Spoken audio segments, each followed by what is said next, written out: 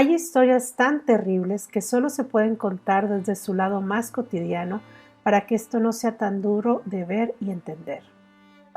Zona de Interés es una película que nos cuenta la historia del comandante de Auschwitz, Rudolf Oss, y su esposa Hedwig, que intentan criar a sus 5 hijos viviendo al otro lado del muro del mismo campo, en una propiedad amplia con un gran jardín que cuidan con dedicación y esmero. En el jardín hay una piscina con tobogán, un vivero y toda la servidumbre que se requieren para mantener una casa así y cuidar a los niños. Ellos, como cualquier familia, reciben visitas, hacen reuniones de té, cumpleaños e intentan estar haciendo diferentes actividades todo el tiempo, como pescar, nadar, hacer días de campo, en fin, una vida de ensueño. Sin embargo, viven al lado de uno de los campos de concentración más grandes y mortíferos que han existido en la historia. El comandante Hoss sale todos los días a trabajar, su esposa recibe ropa, abrigos y demás artículos que son decomisados del campo. Lo cotidiano esconde muerte, dolor, tortura, hambre y sufrimiento humano que solo se puede percibir por el sonido de fondo. Esta es una de esas películas que hay que escuchar bien, estar atento a lo que sucede detrás, porque si no, nos volvemos indiferentes al holocausto del otro lado del muro, igual que la familia Hoss. Aunque el director Jonathan Glazer tiene mucho cuidado de que en cuanto empezamos a empatizar con alguno de los personajes, inmediatamente nos recuerda quiénes son y a qué se dedican.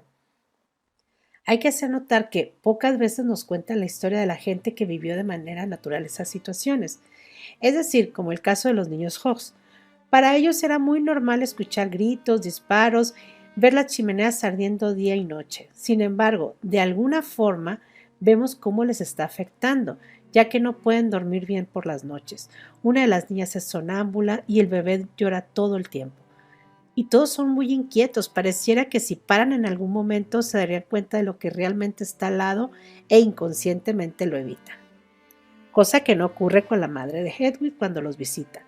Al principio se siente orgullosa de todo lo que tiene su hija y de lo que ha logrado hacer en esa casa y lo bello que tiene el jardín, pero no puede evitar escuchar los disparos, los gritos y por las noches no la dejan dormir el resplandor de la chimenea ardiendo.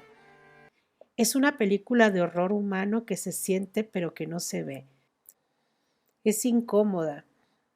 La fotografía pareciera que estuviéramos viendo todo a través de cámaras ocultas, no hay planos muy cerrados y los diálogos son muy naturales, tan naturales como el de un matrimonio que bien platica de sus vacaciones en Italia, como de los planes que tiene el régimen para exterminar más personas en menos tiempo. Ahí es donde se siente el horror. Hay una historia paralela que nos está contando el lado opuesto de los vecinos del campo, los que son sensibles a la masacre y miseria que están viviendo otros seres humanos. Esta se ve como un antiguo negativo, dándole una narrativa más fuerte a la trama. Se dice que la película fue filmada en la misma casa donde vivieron los Hoss, al lado del ahora Museo de Auschwitz, y con base a fotografías de la época recrearon los jardines y gran parte del exterior de la casa. Las actuaciones son espectaculares, orgánicas y sencillas. El matrimonio Hoss es interpretado por Christian Friedel y Sandra Hüller. Es una película que se disfruta más en cines, y de preferencia en una sala con poca gente, ya que son muy importantes los silencios y los sonidos de fondo. Gran historia que no hay que perderse, da para analizarla y hacernos pensar que la maldad y la violencia se pueden fundir entre las flores más bellas de un jardín. Te invitamos a ver estos videos. Suscríbete a nuestro canal, dale like y comparte.